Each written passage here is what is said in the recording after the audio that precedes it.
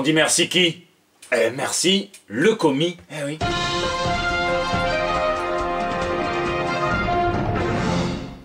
Sinon, quand on bat de téléphone, on me dit que le déficit de la sécurité sociale est au plus bas depuis 20 ans. Alors on va vous faire croire que c'est l'augmentation de l'emploi, la hausse des cotisations, Sarko, Macron, Hollande. It's Bibi, it's the commis. Eh oui, ça fait maintenant 143 semaines que je vous prescris à un JT par semaine. Alors pas en suppositoire, j'irai pas jusque là, mais en tout cas il y a le petit conseil, lisez, lisez, lisez. Tout ça, ça contribue au bien-être, ça commence à faire ses effets. Je propose d'avoir un salaire de ministre pour avoir redressé, bouché le trou de la sécurité sociale. Allez, on arrête les conneries malsaines et tout de suite, ce sont les news de la semaine. Le futur est là. Vous connaissez tous Comixology, cette application qui permet d'acheter et de lire des comics au format digital. Cette société qui est détenue par Amazon proposait déjà des comics exclusifs à la plateforme avec des éditeurs comme Marvel ou Valiant sur du Iron Fist, du Black Panther, du Valiant High. Sachez que dans un grand saut en avant, l'entreprise renforce son catalogue Comixology Originals et va proposer toute une série de comics exclusifs et en creator owned, donc c'est-à-dire dont les créateurs détiennent les droits, un petit peu comme chez Image Comics. Alors je vais vous parler des titres après, mais pour tous les sceptiques qui citent toujours la phrase de Stan Lee inspirée du grand philosophe DSK, les comics c'est comme les nichons, il vaut mieux les avoir dans ses mains que de les regarder, un truc comme ça.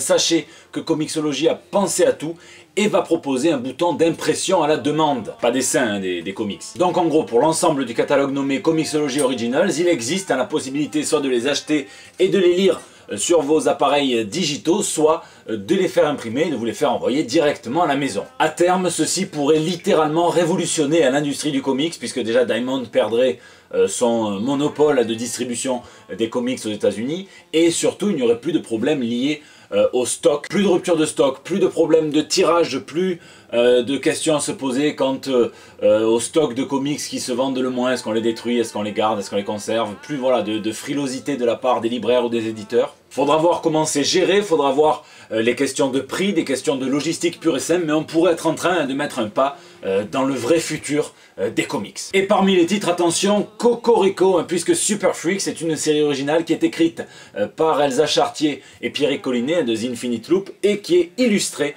par Margot Saltel, à qui je fais un gros bisou et que je félicite avec mes deux mains puisque je sais qu'elle regarde le JT. Super Freaks, c'est une mini-série en 5 épisodes qui raconte comment, après que tous les super-héros aient disparu de la Terre, c'est au tour des sidekicks, des jeunes sidekicks inexpérimentés, de prendre le relais, de résoudre ce mystère, en plus d'avoir à gérer l'une des plus grandes crises que la planète Terre n'ait jamais connue. Et vous pouvez déjà vous lire les 5 sur Comixology. Sinon, il y a Elephant Man 2261, la mort de Shorty, qui poursuit l'épopée de science-fiction anthropomorphique qui a été commencé par Richard Starkings et là qui est dessiné par Axel Medlin et par Boo Cook. Et Comixology a révélé la liste de tous les auteurs qui allaient créer du contenu pour la plateforme. Alors il y a des jeunes talents et il y a des poids lourds de l'industrie, parmi eux Sam Humphries, Tim Seeley, Magdalene Visaggio ou encore Tyler Crooks. Que vous soyez lecteur, éditeur, libraire, n'hésitez pas à me dire ce que vous pensez de cette nouvelle dans les commentaires.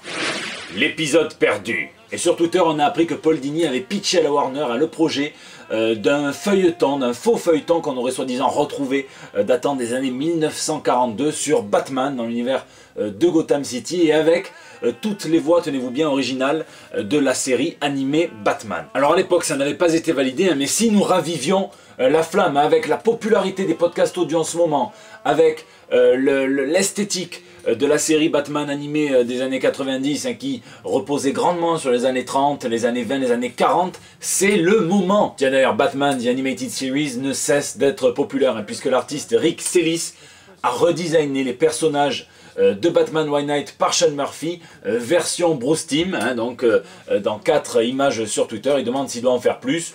Oui, par principe. Gang Stan Lee. Je sais pas ce qu'il fait les amis, mais je propose qu'on envoie le docteur à Stan Lee. Quand je parle de docteur, je parle ni de Dr. Dre, ni de Michel Simès, mais bien de Benedict Cumberbatch, qui la semaine dernière a sauvé d'une agression un livreur de Deliveroo. Il s'est interposé, il est sorti du taxi, un fou furieux. En même temps, les voleurs ils sont cons, ils voulaient taper le vélo alors que moi j'aurais plutôt pris la bouffe dans le sac à dos. Bref, en tout cas, Stan Lee pourrait peut-être avoir besoin d'aide, puisque celui qui s'est trouvé une nouvelle passion pour Twitter, je vous le disais il y a quelques semaines, et qui tweet à des anciennes photos sans forcément dire qu'elles datent de entre 2 et 5 ans. Alors c'est pas grave, c'est juste que c'est peut-être pas autant la fureur du samedi soir qu'à l'époque. Il tease aussi à une surprise à venir dans un futur très proche. Alors ça c'est pour les paillettes, puisque la réalité sent beaucoup plus la poudre qu'autre chose, puisque 2 personnes ont agressé Stan Lee au sortir de sa baraque et l'ont menacé même avec des flingues, une arme. Alors il était avec son avocat, dès qu'ils ont vu les armes, ils se sont retranchés dans la maison, il y a eu la police, il y a eu des hélicos, il y a eu des bagnoles, enfin un truc de fou. Et ça fait suite à une série de nombreux incidents dont j'ai déjà parlé dans le JT Comics et qui impliquent toujours de la thune. Ce qui est inquiétant, c'est que bientôt, même 50 Cent aura une biographie plus tranquille que Stan Lee. Rafale de news. Oui, la transition est malvenue, mais là on parle pas de pistolet, là on parle d'une bonne grosse rafale, comme on pourra en avoir à Marseille avec décalage, puisqu'il y a pas mal de petites news croustillantes. La première, je vous en parlais l'été dernier sur Facebook à l'occasion d'un cassage de rétine, c'est cette commission qui a été réalisée par Arthur Adams, qui lui a pris une grosse semaine, une très grosse semaine, et qui étend méthodiquement la cover de Fantastic Four numéro 100. Alors à l'époque où Marvel faisait les manins avec les Fantastic Four, ça serait probablement passé complètement inaperçu, mais là que ça va un petit peu mieux en ce moment, qu'ils se refont des petits bisous avec la langue, et bien ça va faire l'objet d'une double variante cover pour le Fantastic Four numéro 1. La seule question c'est de savoir si Arthur Adams a demandé l'avis de celui pour qui il avait fait cette commission avant de la filer à Marvel.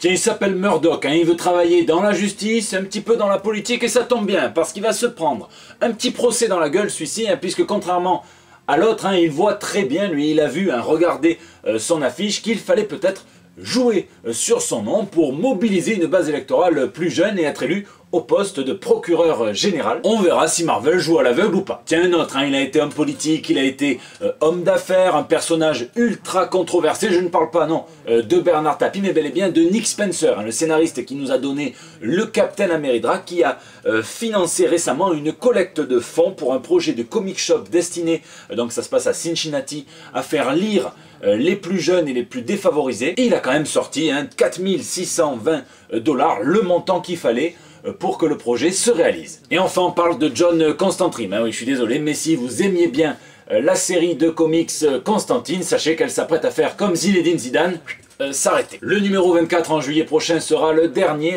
comme le signale Tim Seeley sur son Twitter, il dit « J'ai été embauché pour conclure la série ». Il précise qu'en dehors de Batman Damned dans le Black Label, il ne sait pas si nous reverrons l'occultiste dans le DC Universe.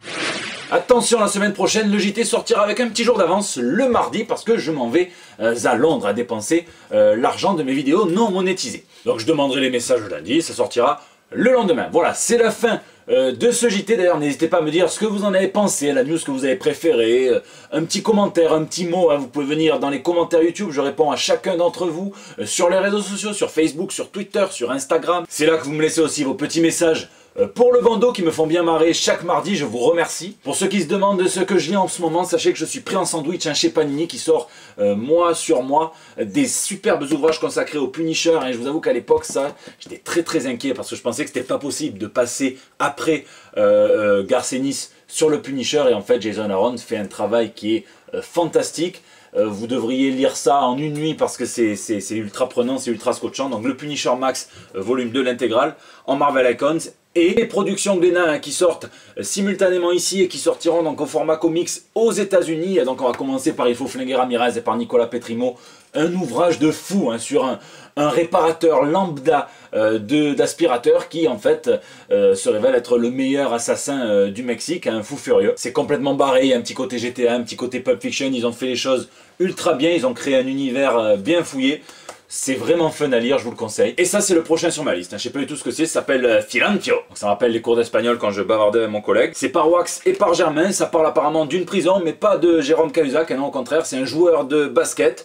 Je vous dirai ce que ça vaut la prochaine fois. Vous aussi, lisez et lisez. Rendez-vous mardi prochain pour des nouvelles toutes fraîches. Le trou de la sécu, c'est easy. Viens chez nous si tu veux du défi signé La Fistinière. Je suis pas prêt pour ça.